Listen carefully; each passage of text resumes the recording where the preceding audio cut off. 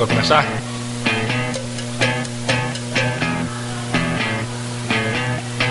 Repete, eu sou Rasteja então. Minha pele grossa evita desidratação. E o meu ovo é como um couro.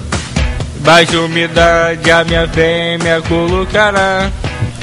Minha circulação é fechada e dupla, e a excreção feita pelos rins. Vou dizer agora como é minha reprodução. Não uso água interna, fecundação. E os filhotes dos ovos eles nascerão. Porque eu sou os crocodilos são lá dos crocodilianos. E os lagartos e cobras dos escamados. As tartarugas sem casque são dos quelônios. Porque eu sou, porque o réptil eu sou, porque o réptil eu sou.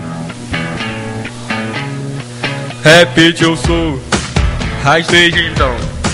Minha pele grossa evita desidratação. E o meu ovo é como um couro. Baixa umidade a minha fêmea colocará.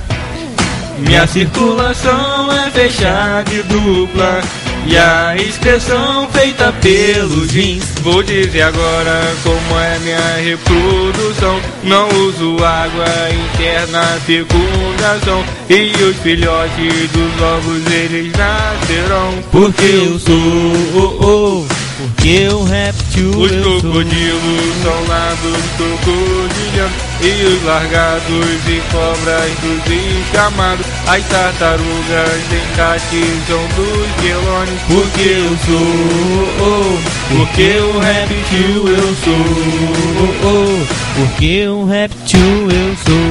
Na na na na na na na na na na na na na na.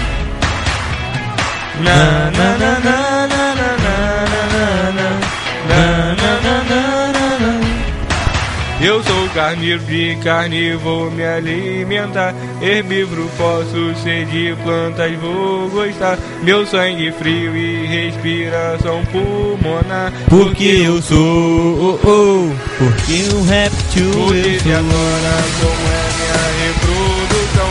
Não uso água interna, fecundação.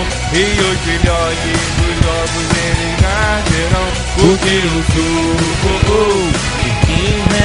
os crocodilos são lá dos crocodilianos. E os lagartos e cobras dos escamados. As tartarugas sem casque são dos quelônios. Porque eu sou, porque o réptil eu sou, porque o réptil eu sou, porque o réptil eu sou.